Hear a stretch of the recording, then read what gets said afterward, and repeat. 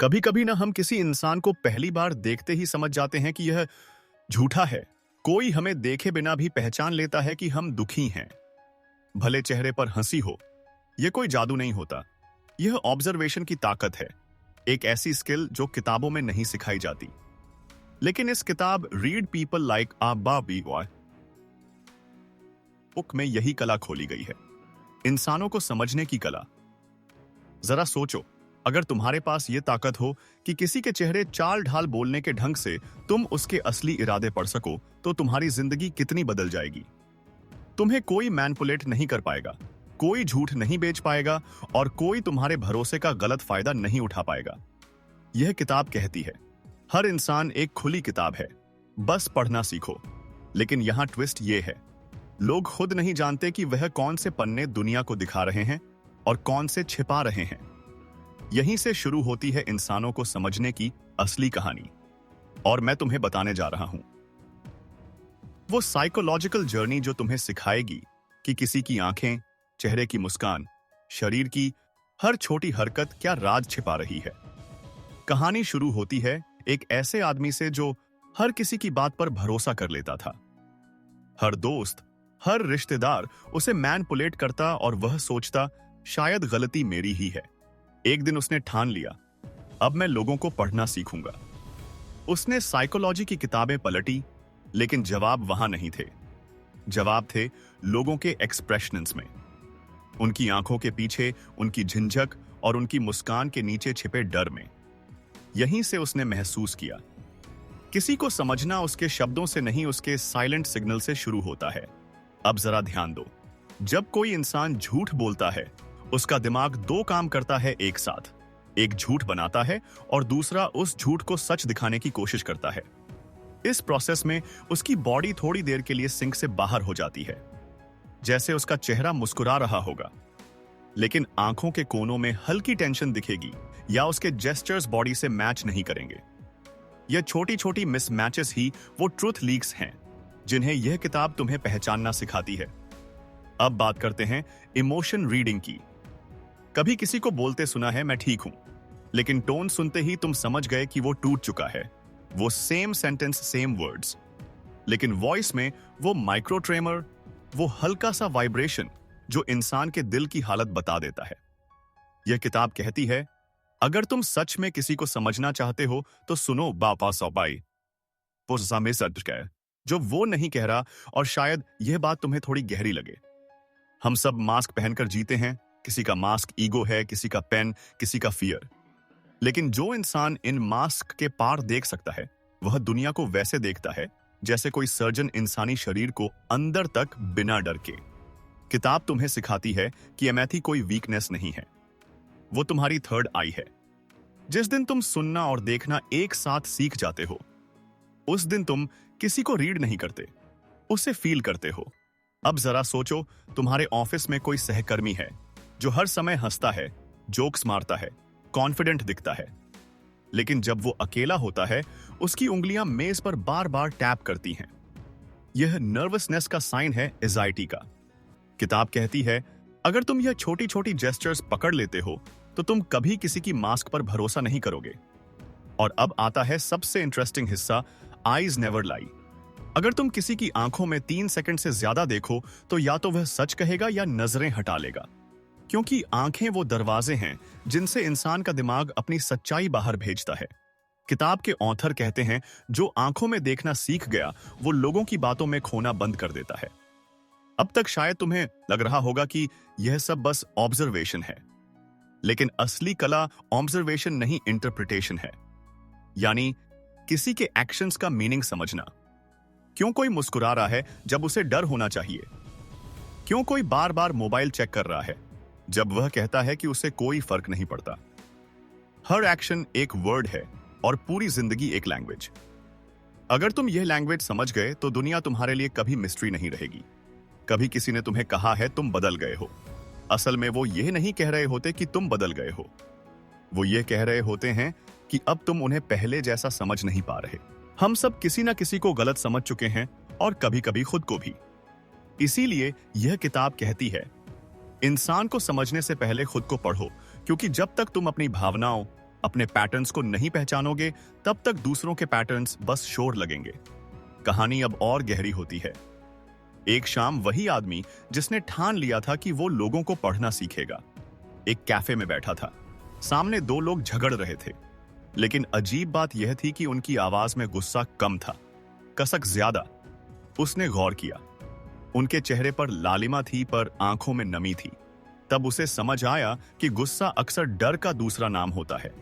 लोग चिल्लाते नहीं क्योंकि उन्हें नफरत है, वो चिल्लाते हैं क्योंकि उन्हें चोट लगी है और वह नहीं चाहते कि कोई उस दर्द को देखे। किताब कहती है, हर इमोशन के पीछे एक अनमेट नीड होती है। किसी का गुस्सा बस अटेंशन की चाह है, किसी की ओवर कॉन्फिडेंस इनसिक्योरिटी का कवर है और किसी की चुप्पी वो बातें हैं जो कभी किसी ने सुनी ही नहीं। अब जरा खुद सोचो, जब कोई इंसान तुमसे बात करते वक्त अपना फेस बार बार टच करता है या अपनी चेयर पर बार बार हिलता है, तो क्या वह सिर्फ बेचैन है या कुछ छिपा रहा है? साइकोलॉजी बताती है, बॉडी लैंग्वेज कभी न्यूट्रल नहीं होती। हर मूवमेंट किसी इनर इमोशन से जुड़ी होती है, और जो इंसान इन पैटर्न्स को पढ़ना सीख जाता है वह लोगों के शब्दों के पीछे ना आए मी पूछे छिपे इंटेंशंस तक पहुंच जाता है। किताब में एक बहुत पावरफुल कॉन्सेप्ट आता है, बेसलाइन वर्सेस डेविएशन। यानी हर इंसान का एक नेचुरल बिहेवियर होता है, उसका बेसलाइन। कोई आमतौर पर रिलैक्स्ड रहता है, कोई एक्सप्रेस, लेकिन जब वो अचानक अपने बेसलाइन से हट जाए तो वहीं कुछ छिपा होता है। जैसे कोई हमेशा कॉन्फिडेंट दिखने वाला इंसान अचानक शांत हो जाए तो हो सकता है वो गिल्ट महसूस कर रहा हो, या कोई हमेशा मुस्कुराने वाला इंसान अचानक ठंडा हो जाए तो शायद वो इमोशनली शट डाउन हो गया है। अब यही बेसलाइन ट्रिक असली लाइफ में काम आती है, इंटरव्यूज में, रिलेशनशिप्स में, बिजनेस डील्स में, हर जगह। क्योंकि अगर तुम किसी के बेसलाइन को जान लोगे तो तुम उसके हर डेविएशन को पहचान सकोगे और फिर कोई तुम्हें मैनिपुलेट नहीं कर पाएगा। यहीं से आता है एक गहरा psychological rule, trust the inconsistency. मतलब अगर किसी की बातें सही हैं लेकिन जेस्चर्स मिसमैच करते हैं तो जेस्चर्स पर भरोसा करो, वर्ड्स पर नहीं। क्योंकि शब्द सोचकर बोले जाते हैं लेकिन जेस्चर्स सबकॉन्शियसली निकलते हैं, वो दिमाग का सच होते हैं। कभी नोटिस किया है, जब कोई इंसान कुछ छिपा रहा होता है तो वो अक्सर ज्यादा बोलने लगता है। वो अननेसेसरी डिटेल्स देता है, बार बार जस्टिफाई करता है, क्योंकि साइलेंस में उसका झूठ हिलने लगता है। और जो इंसान ट्रेंड होता है वह इस ओवर एक्सप्लेनिंग पैटर्न को तुरंत पकड़ लेता है। यही वह जगह है जहां read people like a book कहती है। सुनो मत, ऑब्जर्व करो। और जब ऑब्जर्व करो तो पूरा सीन देखो, टोन, फेस, हैंड्स, आईज, सब। कहते हैं ना, कुछ बातें सुनने के लिए कान नहीं दिल चाहिए। ठीक वैसा ही होता है जब तुम किसी को रीड करते हो, क्योंकि अब यह सिर्फ ऑब्जर्वेशन की बात नहीं रहती, यह उस वाइब की बात होती है जो इंसान अपने आसपास छोड़ता है। कभी किसी कमरे में घुसते ही तुम्हें बेचैनी महसूस हुई है, या किसी के पास बैठते ही तुम्हें शांति मिली है बिना एक शब्द कहे। यही होती है एनर्जी रीडिंग की शुरुआत। किताब कहती है, हर इंसान की प्रेजेंस एक फ्रीक्वेंसी होती है। कुछ लोगों की फ्रीक्वेंसी हल्की होती है, जैसे सुबह की हवा, और कुछ की भारी, जैसे बंद कमरे की घुटन। तुम इस फ्रीक्वेंसी को देख नहीं सकते लेकिन महसूस कर सकते हो, और जो इंसान यह महसूस करना सीख जाता है वह दुनिया के इसमें भी सच पहचान लेता है। अब यह बात सुनो, जब कोई इंसान किसी रूम में आता है तो उसकी एनर्जी सबसे पहले उसके आईज कांटेक्ट में झलकती है। अगर वो इनसिक्योर है तो वो या तो ज्यादा डायरेक्ट नजर मिलाएगा या फिर बिल्कुल अवॉइड करेगा, क्योंकि इनसिक्योरिटी हमेशा एक्सट्रीम्स में रहती है। कभी किसी ने कहा, आईज डोंट लाई, लेकिन असल सच्चाई यह है, आईज डोंट हाइड। वो या तो चुपचाप चीखती हैं या गहराई से शांत हो जाती है। और एक ट्रेंड ऑब्जर्वर जानता है कि कौन सी आंखें कहानियां सुना रही हैं और कौन सी बस स्क्रिप्ट दोहरा रही हैं। अब जरा इमेजिन करो, एक इंटरव्यू चल रहा है, इंटरव्यूअर मुस्कुरा रहा है, सामने वाला कैंडिडेट कॉन्फिडेंट दिख रहा है, लेकिन उसकी हाथ पैर लगातार हिल रही है, उसकी ब्रीदिंग तेज है और हर बार सवाल आने पर वो थ्रोट क्लियर करता है। अगर तुम ट्रेंड हो तो तुम्हें यह सब एक सिग्नल की तरह दिखेगा। वो दिखावा कर रहा है कॉन्फिडेंस का, लेकिन अंदर से डर रहा है रिजेक्शन से। किताब कहती है तुम्हारा बॉडी वो सब बोल देता है जो तुम्हारा माउथ छिपा नहीं पाता। और यह बात सिर्फ दूसरों पर नहीं लागू होती, तुम पर भी। जब तुम खुद किसी से बात करते हो, तुम्हारी पोस्चर, टोन एंड ब्रीथिंग ये सब तुम्हारा मिरर बन जाते हैं। अगर तुम किसी से बात करते वक्त अनकंफर्टेबल हो, तो चाहे तुम कितना भी स्माइल कर लो, सामने वाला महसूस कर लेगा कि कुछ ऑफ है। यही वो जगह है जहां सेल्फ अवेयरनेस आती है। किताब साफ कहती है अगर तुम दूसरों को पढ़ना चाहते हो तो पहले खुद को पढ़ना सीखो, क्योंकि जब तुम अपनी इमोशनल ट्रिगर्स को पहचान लेते हो, तब तुम दूसरों के बिहेवियर को अपने लेंथ से नहीं, उनकी रियलिटी से देख पाते हो। अब चलो एक और कहानी पर चलते हैं। वो आदमी जिसने अब तक बॉडी लैंग्वेज और इमोशंस की दुनिया समझ ली थी, एक दिन ट्रेन में सफर कर रहा था। उसके सामने बैठी एक बुजुर्ग महिला बार बार अपने हैंडबैग को चेस्ट के पास खींच लेती थी। उसकी आंखें खिड़की के बाहर थी, लेकिन वो अलर्ट थी, हर आवाज पर हल्का सा झटका खाती। उसने सोचा यह डर फैमिलियर है, यह वो डर है जो जिंदगी में कई बार धोखा खाकर पैदा होता है। और तभी उसे एहसास हुआ रीडिंग पीपल सिर्फ उनके जेस्चर्स पढ़ना नहीं है, बल्कि उनके डर, उनकी कहानियां और उनके जले हुए हिस्सों को समझना है बिना पूछे। यहीं से किताब का सबसे गहरा मैसेज आता है। हर बिहेवियर के पीछे एक कहानी होती है। कोई इसलिए लाउड है क्योंकि उसे बचपन में कभी सुना नहीं गया। कोई इसलिए कंट्रोलिंग है क्योंकि उसे कभी कंट्रोल मिला नहीं। कोई इसलिए कोल्ड है क्योंकि उसने बहुत बार आ जलकर सीखा है कि इमोशंस कमजोर बना देते हैं। और जो इंसान यह समझ जाता है वह दूसरों को जज करना छोड़ देता है। वो बस ऑब्जर्व करता है और फिर क्वाइटली समझ जाता है कि कौन कब मास्क पहन रहा है और क्यों। रात गहराती जा रही थी।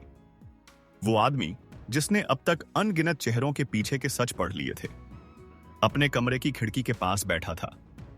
बाहर हल्की बारिश हो रही थी। हर बूंद उसे किसी चेहरे की याद दिला रही थी, किसी मुस्कान में छिपे डर की, किसी गुस्से में दबे प्यार की, किसी चुप्पी में भरे तूफान की। वो सोचने लगा, मैंने इतने लोगों को पढ़ा, लेकिन क्या मैंने खुद को सच में समझा है? किताब का आखिरी मैसेज यही है, दूसरों को पढ़ने की शुरुआत खुद को पढ़ने से होती है। क्योंकि जब तुम अपनी भावनाओं को, अपने डर और अपने पास्ट को जान लेते हो, तब तुम दूसरों के दर्द को सिर्फ देखते नहीं, महसूस करते हो। और यह फर्क ही इंसान को ऑनऑर्डिनरी से एक्स्ट्रा ऑनऑर्डिनरी बनाता है। कभी नोटिस किया है जब तुम किसी को सच्चे दिल से सुनते हो, बिना इंटरप्ट किए, बिना जज किए, तो उसका चेहरा थोड़ा बदल जाता है। वो धीरे धीरे खुलने लगता है, उसकी ब्रीडिंग नॉर्मल हो जाती है, उसकी आंखों में वो गार्डेड लुक गायब हो जाता है, क्योंकि आखिरकार उसे कोई मिला जो उसे देख रहा है, सिर्फ सुन नहीं। यही होता है पीपल रीडिंग का सबसे पवित्र रूप, जब तुम किसी को समझने के लिए नहीं बल्कि उसे हील करने के लिए पढ़ते हो। किताब कहती है अगर तुम सच में लोगों को समझना चाहते हो तो उनसे सवाल मत करो, बस प्रेजेंट रहो, क्योंकि जो सच है वह साइलेंस में निकलता है। कभी किसी ने रोते हुए कहा है मैं ठीक हूं, कभी किसी ने मुस्कुराकर कहा है कोई बात नहीं। उस वक्त अगर तुम प्रेजेंट थे तो तुम्हें उनका सच दिख गया होगा बिना कुछ बोले। अब चलो एक और आखिरी कहानी सुनो। एक दिन वो आदमी सड़क पर जा रहा था। सामने एक छोटा बच्चा गुब्बारा बेच रहा था। लोग गुजर रहे थे, कोई देख भी नहीं रहा था। वो रुका और बस कुछ सेकंड उस बच्चे की आंखों में देखा। वो हंसा नहीं, कुछ बोला नहीं, बस देखा, और उस बच्चे ने भी बिना कुछ कहे हौले से मुस्कुराया। वो मुस्कान नकली नहीं थी, वो थी रिकॉग्निशन की मुस्कान।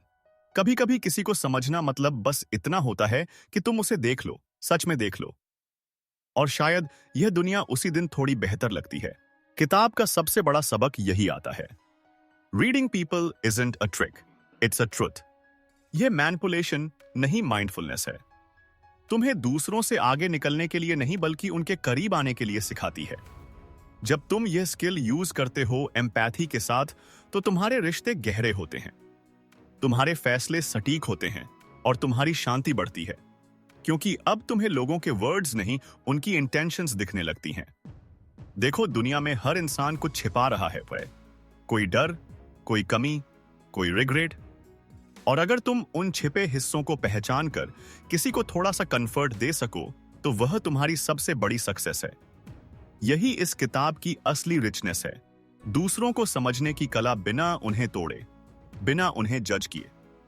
अब सोचो, अगर तुम अपने हर रिश्ते में यह अवेयरनेस ले आओ, अपने पेरेंट्स को, अपने फ्रेंड्स को, अपने पार्टनर को इस नजर से देखो तो कितने मिसअंडरस्टैंडिंग्स खत्म हो जाएंगे, कितने झगड़े, ईगो क्लैशेस और तुम नहीं समझते मुझे जैसे वाक्य गायब हो जाएंगे। किताब कहती है, understanding is the purest form of love. और शायद यही सबसे अमीर इंसान की पहचान है, जो दुनिया को नहीं लोगों के दिलों को समझता है।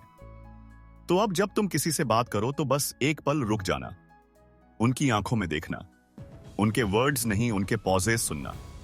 वहां तुम्हें मिलेगा सच्चा कनेक्शन, वो कनेक्शन जो तुम्हें भी हील करेगा और सामने वाले को भी। और अगर तुम ये महसूस कर पा रहे हो तो तुमने इस किताब को सिर्फ पढ़ा नहीं जिया है, क्योंकि अब तुम्हारे अंदर एक नया लेंस जाग गया है जो लोगों के चेहरों से आगे जाकर उनकी कहानियां पढ़ता है। तो दोस्तों, अगर यह किताब तुम्हारे दिल तक पहुंची, अगर तुम्हें लगा कि इस किताब में कुछ ऐसा है जो तुम्हारी नजर बदल सकता है, तो अब वक्त है उस नजर को दुनिया में फैलाने का। सीखो, महसूस करो और दूसरों को भी सिखाओ कि एम्पैथी कोई वीकनेस नहीं, यह दुनिया की सबसे बड़ी ताकत है। और अगर तुम चाहते हो कि मैं तुम्हारे लिए ऐसे ही किताबों के गहरे, सिनेमैटिक और सोलफुल लेसन्स लेकर आता रहूं, तो रीड लूम पॉडकास्ट टी को सब्सक्राइब कर लो, क्योंकि यहां हर कहानी सिर्फ समरी नहीं होती, यहां हर किताब तुम्हारे अंदर का एक नया चैप्टर खोलती है। बस याद रखना, लोगों को पढ़ना शुरू करो, लेकिन सबसे पहले खुद को पढ़ना मत भूलना, क्योंकि तुम भी एक किताब हो और शायद तुम्हारी कहानी किसी और के लिए हीलिंग बन सकती है।